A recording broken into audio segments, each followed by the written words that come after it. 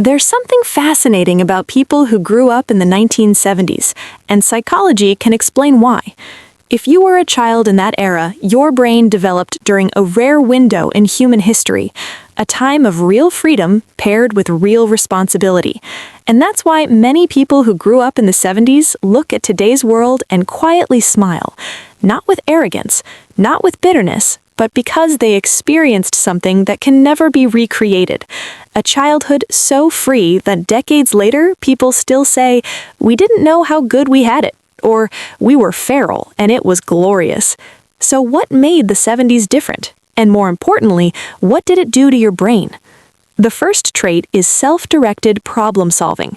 Every 70s kid remembers this phrase: "Go find something to do or I'll find something for you." And you knew what that meant. Boredom wasn't entertained, it was punished. So you learned quickly. Figure it out yourself. Studies on unstructured childhood show that kids who created their own entertainment developed stronger executive function and creativity. You aren't scheduled. You weren't supervised. You built forts, explored on bikes for hours, devoured books. Your brain learned how to create purpose from nothing, a skill modern childhood rarely teaches. The second trait is adaptive risk calibration.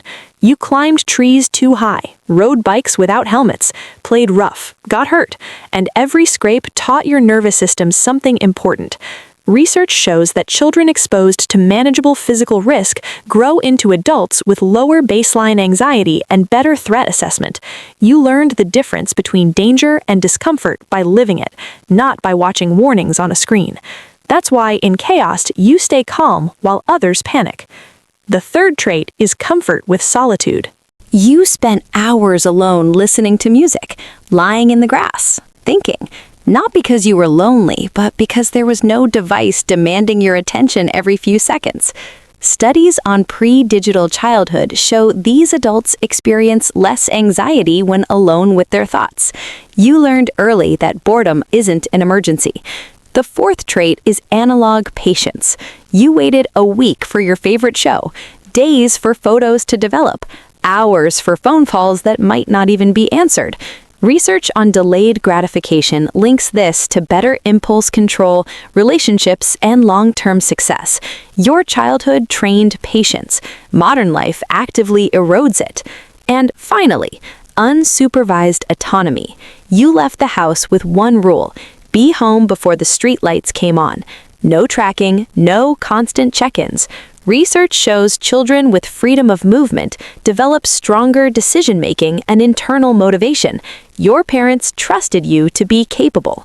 So if today's world feels loud, rushed, or shallow, remember this: you're not outdated. You're carrying skills that are going extinct. The independence that looks like coldness, that's competence. The comfort with silence, that's depth. You didn't survive that childhood by accident. It built you. Drop a comment if you grew up in the 70s, and if you want research-based psychology that explains why you are the way you are, hit subscribe. We're just getting started.